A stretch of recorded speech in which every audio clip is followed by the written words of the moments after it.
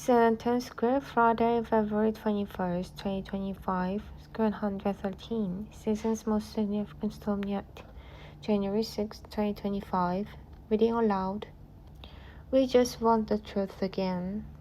Jimmy Carter was elected president barely 2 years after the law-breaking and cover-ups of the Watergate scandal forced President Richard Nixon to resign.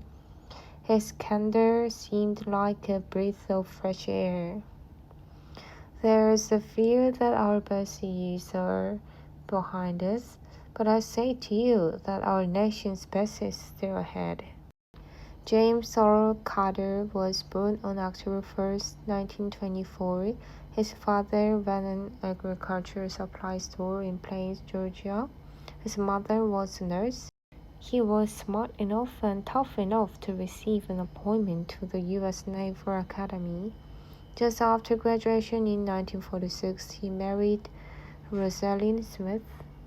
His naval career took him from battleships to the new nuclear submarine program, but when his father died in 1953, he left the military and returned to Georgia, where he spent the next 2 decades running the family peanut farm business and slowly and steadily beginning a political career that saw him elected governor of Georgia in 1970. My name is Jimmy Carter and I'm running for president.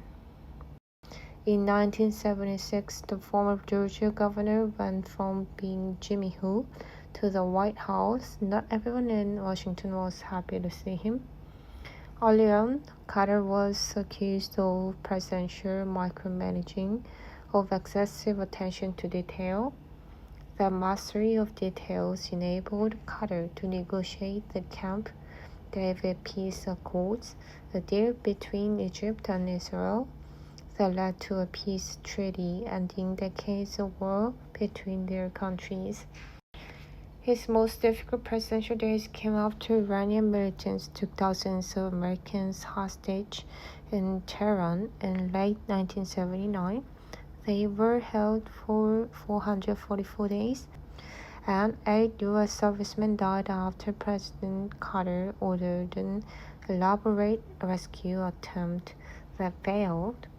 The Iran hostage crisis was only one of the challenges that confronted President Carter.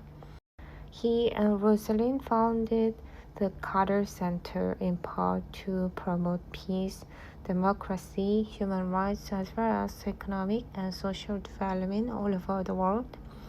Carter monitored elections for fairness.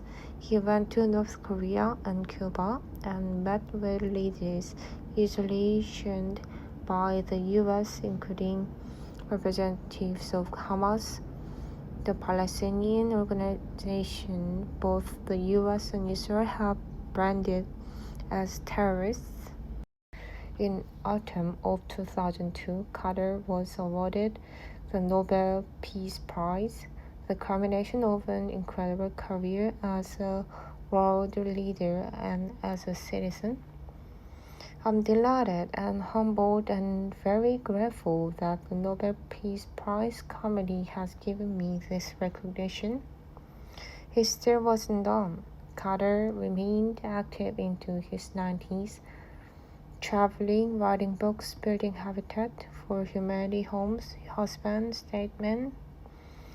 A connection to an era now gone, Jimmy Carter was a defender of values forever current.